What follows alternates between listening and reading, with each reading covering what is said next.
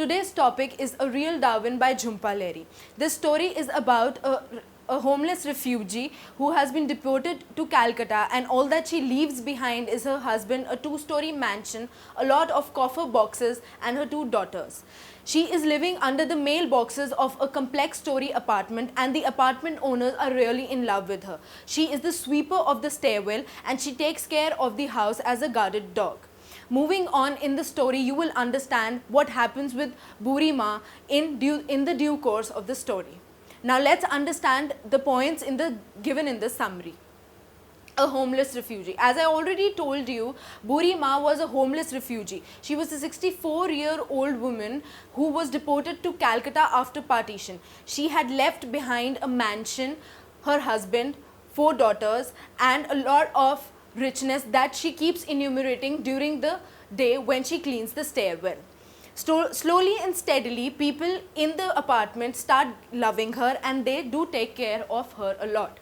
The second point, keeps the stairwell clean. As already told you, she used to live under the mailboxes of the apartment complex, and in return she used to keep the stairwell very clean and tidy. She was working as the sweeper there. People were really happy with her.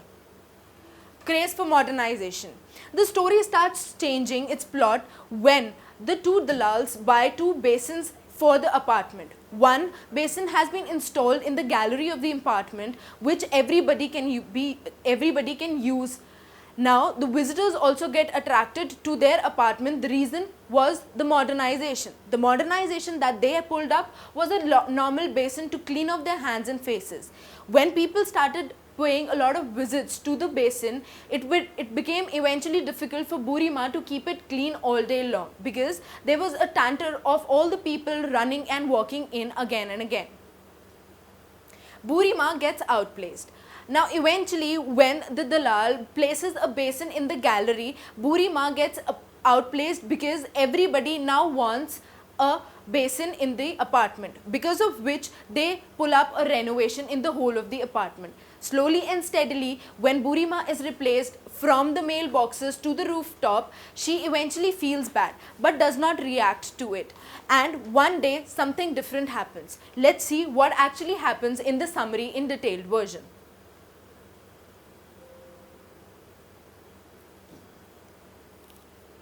Burima is a 64-year-old Bengali woman who has taken up residence in the basement of an apartment building.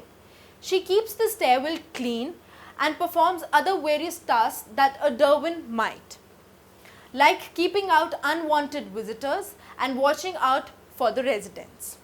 In return, the residents look out for her, offering her tea now and then, as well as listening to her stories about her life, many of which they believe she is exaggerated or made up. How could a stairwell cleaner, after all, have once been a landowner?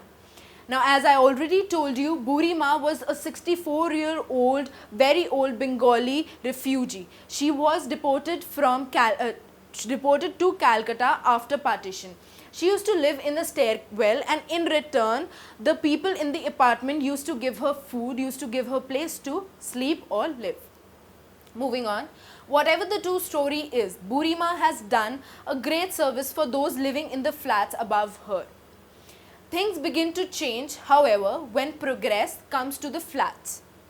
One of the residents, Mr. Dalal, is promoted, and with it comes more money for more improvements.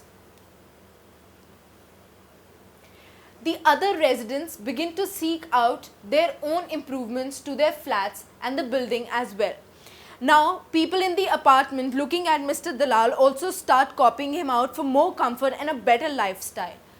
One of the aspects of Jhumpa Lahiri's story that I like is how authentic and true to life they are.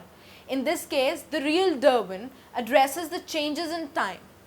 Burima is from another time and place. She hangs on to and retells her life story, while the world, the flat building she lives in along with its residents, are moving forward. She is at a loss when things begin to change. Unfortunately for those around her, they are not so tolerant of that which stays the same. Burima is the pseudo gatekeeper or groundskeeper of an apartment building in Calcutta. Now here, Jhumpa Lahiri tries to explain the authentic lifestyle which we earlier used to have. We used to follow the level of simplicity. Eventually, when want came in, it begetted more want, and when stuff came in, it begetted more stuff. So, in this due course, Buri Ma was neglected and she was displaced from her actual position to a better position. Why do we say pseudo? Because Buri Ma isn't real Darwin or a gatekeeper. She just kind of became one because she does all the generous tasks real Darwins do, like monitoring access into the building and sweeping the stairwell. In return, she gets to sleep behind the gate and hover of the residence doorways, waiting for a free cup of tea. But we should tell you what happens at the beginning. Buri Ma is shaking out her bedding on the rooftop because she is convinced there are mites biting her and keeping her awake at night. You'll see why this is very important.